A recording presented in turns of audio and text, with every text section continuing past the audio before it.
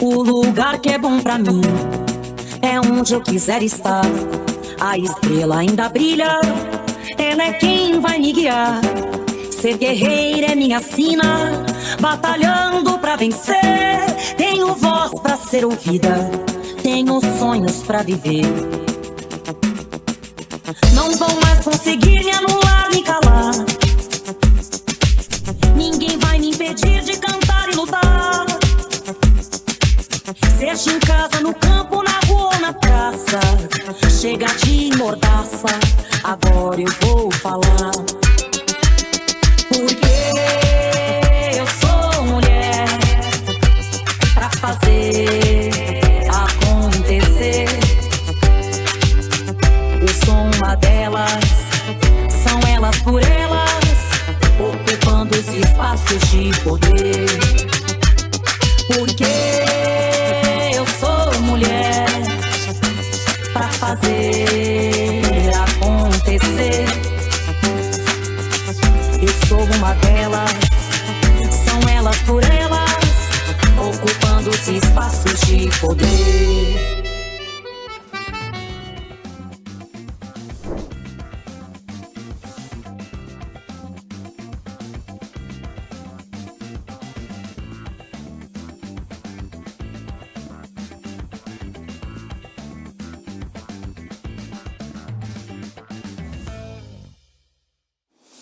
Olá, eu sou Sandra Sena, ativista do Movimento Negro e coordenadora da TV Elas por Elas, como você já sabe, né? Esse espaço de mulheres petistas em todo o Brasil que transforma a comunicação como ferramenta de formação política, disputa de narrativas e fortalecimento da democracia. Que, enfim, é isso que as mulheres têm feito brilhantemente nos últimos anos que existe democracia no Brasil e lutado cada vez mais para ampliar essa democracia. E hoje nós temos a honra de conversar com a Eliane, que é educadora popular, historiadora, socióloga, militante do Movimento Brasil Popular. E, enfim, a gente já fez várias construções juntas. As mulheres petistas aguardem, né, a formação do Elas por Elas. Isso foi coordenada pela Eliane, gente. Essa mulher é gigante. Mas, Eliane, se apresenta pra gente, por favor. Muito bem, então, queridas companheiras, Sandra, que bom vê-la. E as nossas companheiras mulheres petistas, eu sou uma destas, desde os meados dos anos 90, lá do século passado. Sou uma gaúcha, sou filha de pequenos agricultores, fui parar na Universidade em Santa Maria, naquela época em que mulheres que saem de casa sem um marido é um pecado. Então, eu sou uma pecadora, que bom, graças a Deus e às deusas.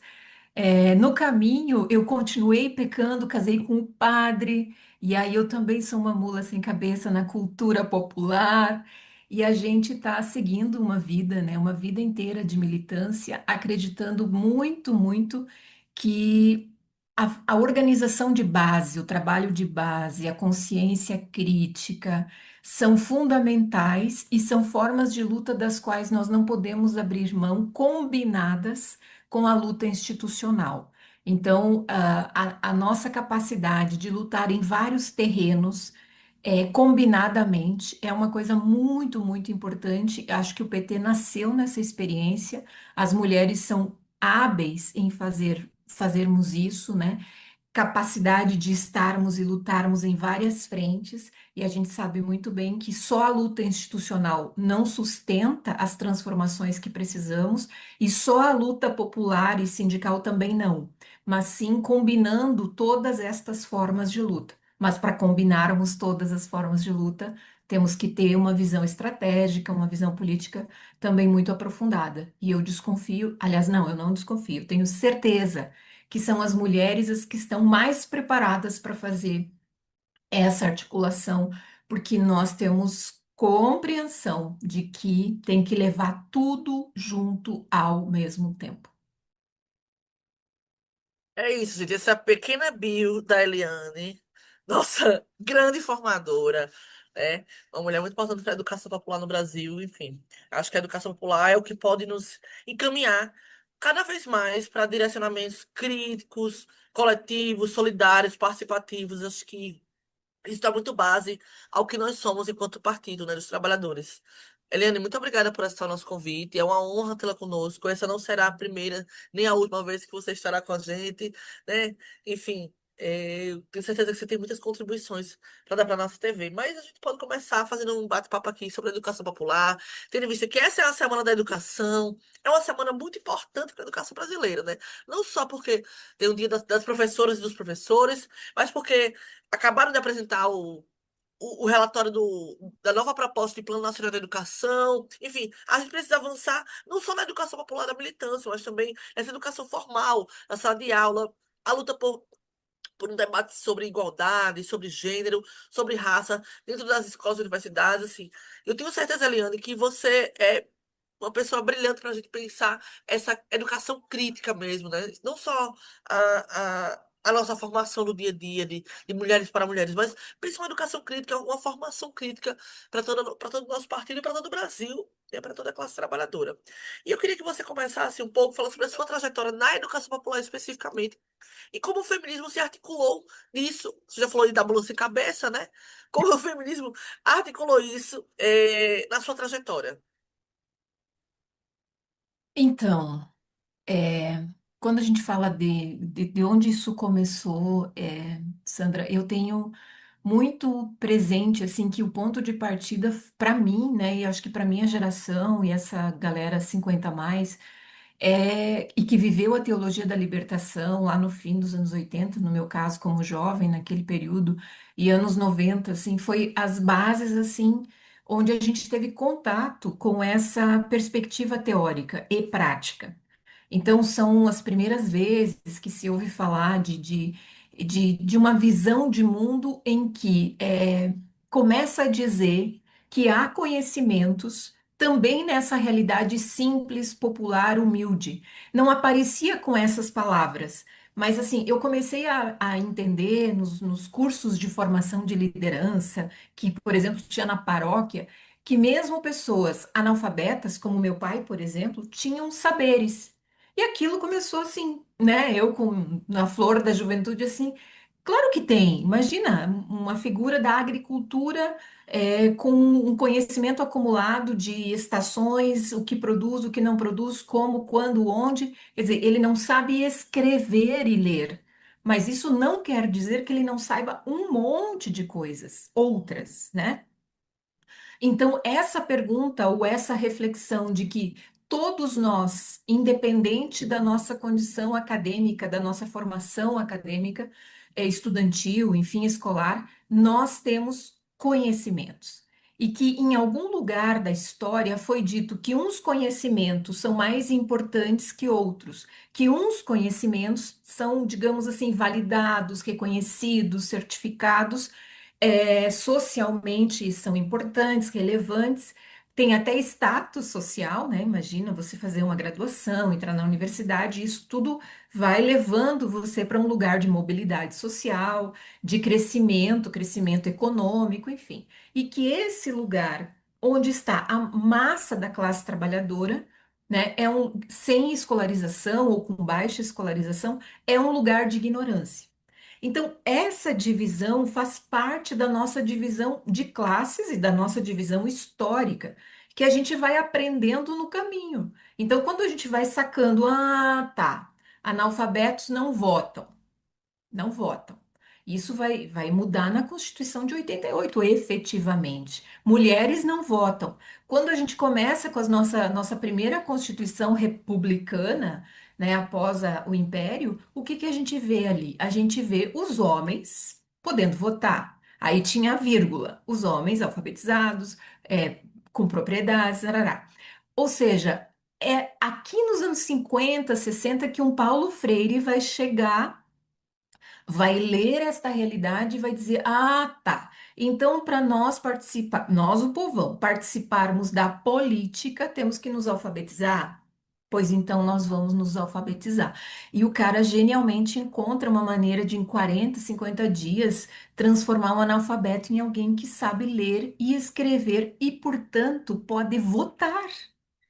Cara, isso é muito inteligente, é muito sagaz, assim, e é o, digamos, na minha pelo menos compreensão quando falo do Paulo Freire, estou vendo assim, é um sistematizador da luta política do nosso, da metade do século XX para cá, basicamente, né?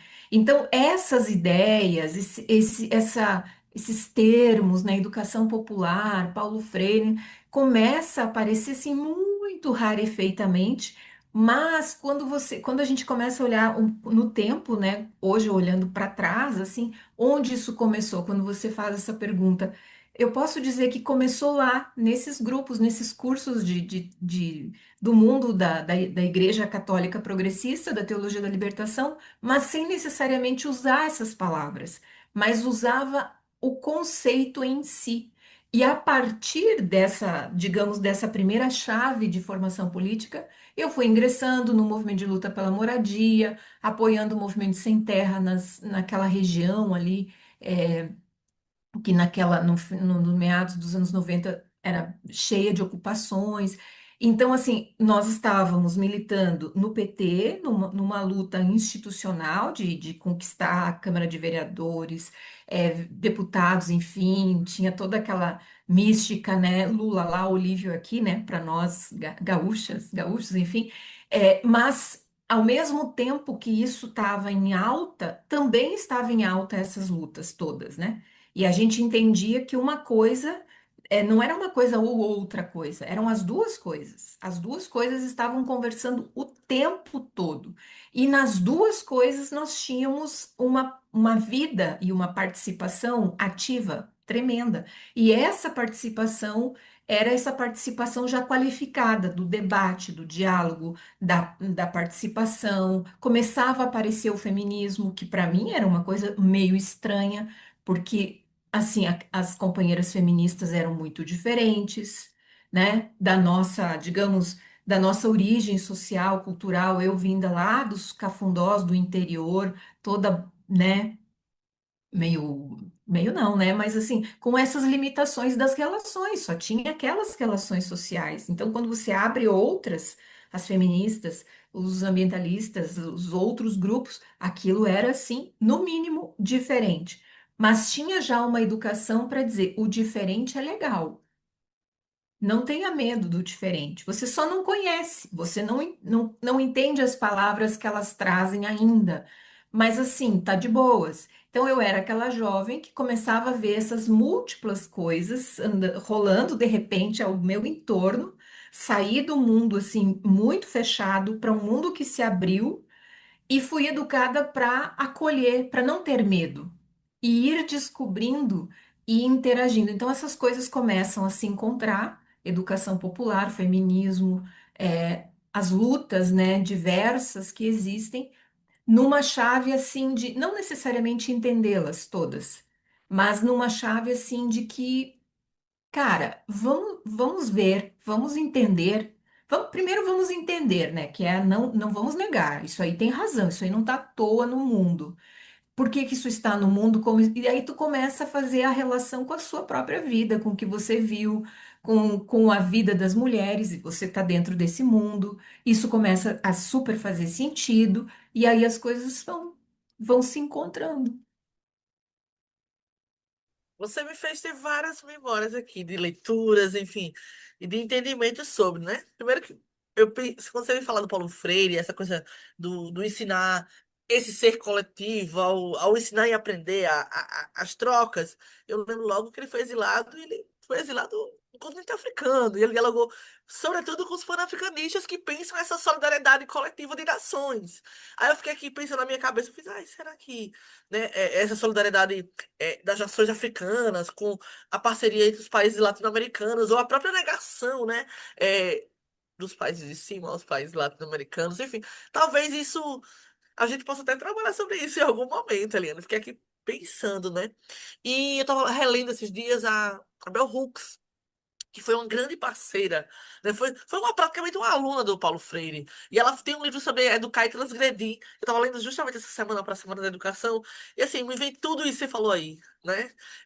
Sobre esse não acesso que você não tinha no início, sobre o aprender, o despertar o olhar para esse ser coletivo, para modificar a sociedade, para aprender sobre feminismo, enfim, e sobre várias outras agendas políticas que dizem respeito sobre a nossa vida, né? Fiquei fazendo várias conexões aqui. Muito obrigada. Sempre é uma aula te ouvir. Mas, assim, para você, como é que você entende a relação entre a educação popular e a emancipação das mulheres? Especificamente. Essa pergunta é profunda, Sandra. Eu sei, mas eu sei que você sabe muito bem sobre ela. A educação popular e a emancipação das mulheres. Bom, vamos por partes. Primeiro, pensar assim que a emancipação das mulheres talvez seja uma das mais complexas emancipações, né?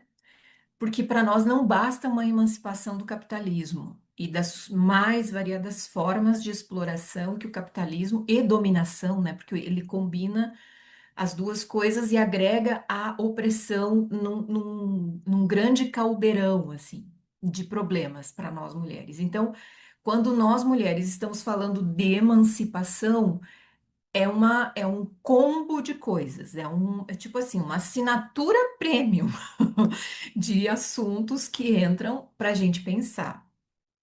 Que vai isso, né, do trabalho, o mundo do trabalho e as mil maneiras que ele tem de nos arrancar nosso tempo, nossa mais-valia.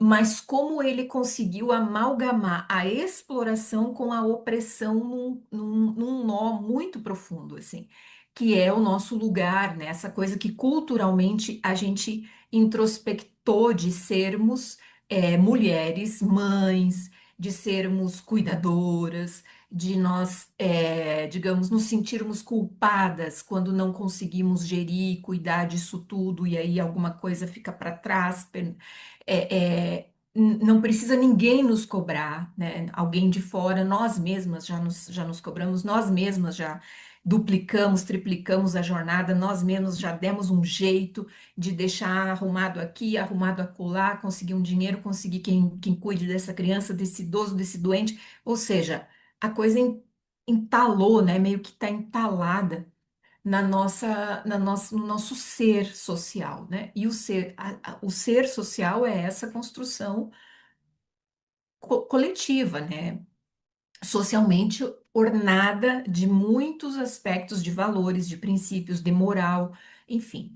E aí, destrinchar isso, como é que destrincha isso? Como é que a gente primeiro se apercebe desses nós todos, dessa junção dessas opressões e explorações? Para construir um processo de sair disso, né, de libertação, de emancipação.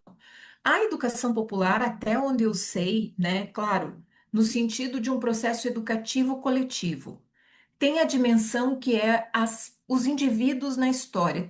Temos muitas de nós precisa de ajuda pessoal, individual, terapêutica, porque isso vai gerando traumas, vai gerando dores, vai gerando angústias que o nível coletivo sozinho não resolve.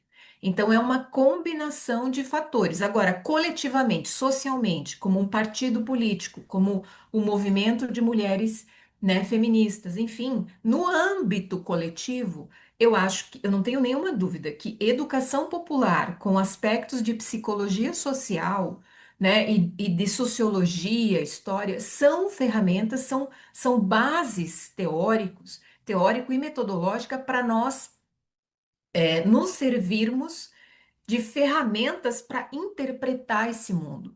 Quando a gente consegue, por isso que quando a gente está na educação popular, um dos primeiros passos é a leitura da realidade. A educação popular, ela não como é que eu vou dizer? Ela não é um conjunto de técnicas, uma cesta de metodologismos, enfim, ela é uma ferramenta teórica, ela tem passos bem, bem importantes. E o passo um dela é a leitura da realidade, é nós olharmos que visão de mundo nós temos, nós e as nossas companheiras ao nosso redor, e fazermos isso sem julgamento. Ou seja, não existe uma visão de mundo certa ou errada, porque isso é uma base de análise moral. E não temos futuro, como mulheres, como feministas, como esquerda, uma análise de realidade com base na moral, porque aí a gente estaria dentro de uma igreja, dentro de uma outra coisa. Aqui é a contradição, quer dizer, é a gente analisar como esta base, essa visão de mundo é uma construção histórica, feita pela humanidade, pelos homens em seus conflitos de interesses. Então, quando tudo isso chega para nós, o machismo, o racismo, essa visão hierárquica sobre a vida, isso é uma construção social. Então, a educação popular é um convite a ler essa realidade problematizando ela. Então, o primeiro momento nunca é você tá certa, Sandra, que incrível, ou você, Maria, está errada. Imagina você ficar com essa tua fé aí toda rebaixada, acreditando nesse pastor. Imagina, você tá maluca. Isso não existe na educação popular. A educação popular acolhe essa visão de mundo, mas ela problematiza. Ela problematiza isso. É um exercício muito democrático, é um exercício muito humanizador, que é que é trazer essa companheira, trazer esse ser social para um processo de desmistificação. Mas não é desmistificar porque eu tô te dizendo que isso está errado. É uma desmistificação porque no diálogo e no processo reflexivo nós vamos compreendendo de onde vêm essas coisas. Essas coisas não são naturais, não são dadas, não é milagre, não é porque Deus quis. Isso é uma construção social. Portanto, isso tem uma história, um contexto. E aí, aonde que a gente busca o conhecimento científico organizado? Porque há quem ache que na educação popular não tem conhecimento. Eu não preciso estudar Rosa Luxemburgo, Lênin, eu não preciso estudar Gramsci, eu não preciso estudar Bell Hooks, eu não preciso ler nada, eu só vou conversar, só vai ter diálogo. Com base em quê, gente? Então, tem aquele momento em que justamente esse momento que nós estamos problematizando e que nós chegamos num lugar de um, aspas, impasse, ou num lugar assim, cara, eu não entendo mais, eu não consigo mais explicar isso aqui. Então, quem que vai nos ajudar a explicar isso aqui? Então, é a hora que a gente vai na Bell Hooks, é a hora que a gente vai nas teorias para nos ajudar a iluminar. A teoria nesse olhar da educação popular, não é uma teoria no sentido academicista, que assim, neutra, fica lá para a gente escrever um artigo bacana e tal. Isso, quem quiser escrever, ótimo, fique. Não é esse o nosso problema. A nossa questão é como essa teoria nos ajuda a pensar a nossa realidade. Porque a Bell Hooks está pensando com base na realidade dela, do país dela, da região onde ela vive, das condições que ela opera o pensamento dela. Muitos elementos que ela traz nos ajudam, nos iluminam maravilhosamente bem, mas eles não podem ser transpostos, eles têm que ser traduzidos e adaptados à nossa realidade. Então, de novo, voltamos para a nossa realidade. E por último, a educação popular, e aí conversando com a emancipação.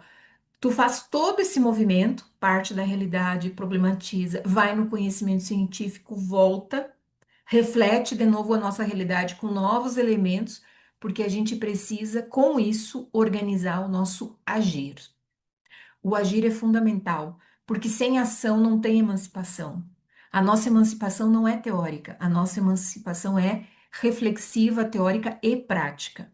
Portanto, nós temos que alterar o nosso jeito de ler o mundo, ver o mundo. Eu tenho que desmontar todo o peso da maternidade, essa rosa, cor-de-rosa, amorosa, que eu sou só isso. Não, eu também sou isso, eu também sou mãe, mas eu não sou essa mãe capitalista que é super protetora, nhanhanhá, nhanhanhá, coitadinha, que só vive para o filho. Eu tenho que desmontar isso com base nessas ferramentas. Eu vou desmontando esse jeito e construindo um outro jeito. O que que é ser uma mãe crítica, uma mãe de um ser humano que precisa ser colocado nesse mundo, esse mundo bruto? Como é que eu preparo uma criatura para esse mundo? Uma criatura, eu que sou mãe de homens, dois garotos jovens, como é que eu preparo um homem não machista? Como que é formar um homem feminista? Como que é formar um homem sensível para tudo nesse mundo? Como é formar um homem que não flerta com racismo e qualquer tipo de fobias? Sabe? Isso me coloca num outro tipo de maternidade, que não é complacente, que não é rosa, que não é mimimi, é uma maternidade poderosa, fodida, no sentido de meu filho, não tem arrego para você. Não tem arrego. E não é falta de amor, não é desamor, não é nada a ver com isso. Mas Pelo veja, contrário, pelo pelo contrário. contrário, veja, Sandra, quando você mergulha, né, no, na transformação que esse conhecimento que a educação popular te traz, como ele te afeta em todos os níveis. Eu estou dando um pequeno exemplo do mundo materno aqui, mas isso vai para o casamento, isso vai para as relações de amizade, isso não é só na política, entende? Isso nos transforma. Perfeito. Eliane, perfeito. Era muito isso que a gente precisava ouvir mesmo aqui. E você me. É isso, você sempre me traz reflexões. Você falou da Bell Hooks que a gente não pode transpor, com certeza, sim. Perfeito, até porque ela vive em outro país, em outra lógica. E eu percebo muito que, por conta da esquerda, a esquerda brasileira ter sido formada, né, naquele modelo de partidos comunistas e tal, a gente ainda está muito preso nessa lógica, né, de Revolução Russa, de Revolução Cubana e tal. Porém, a gente tem a Revolta de Palmares no Brasil. Querida, a gente estuda a Comuna de Paris, que durou 72, 75 dias. Gente, 70 e poucos dias, não me lembro agora de Passa cabeça. de 3 meses. Uns 3 meses, vai lá. Palmares durou quase 100 anos.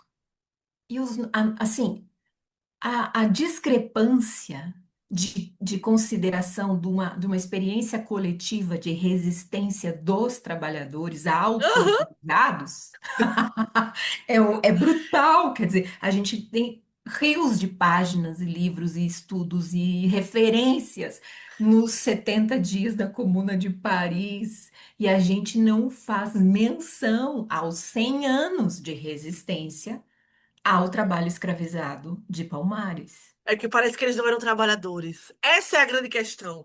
A esquerda não olha para o povo escravizado como trabalhador, olha como escravizado, ou como escravo, como às vezes alguns gostam de continuar chamando, né? Enfim, por mais que a gente consiga fazer outras leituras, hoje até dizer, gente, né, vamos mudar os nossos parâmetros de pensar a classe trabalhadora no Brasil. Aí parece que esse povo não é trabalhador. E É, parece que para um setor ainda da política embranquecida, parece que pretos e pretas estão ali só para servir. E parece que a sua história de resistência, a sua história de indignação, resistência, coletividade e embates políticos mesmo, e assim, não é só Palmares, a gente teve embates no Brasil inteiro. A gente desconhece a nossa história, e assim, falando como historiadora mesmo, né? Você, assim, mas, cara, por que a gente tem como referência a Revolução no norte da Europa, gelado, e a gente não consegue se perceber como grandes coletivos e organizações de resistência, desde o quilombo até os nossos partidos e movimentos sociais.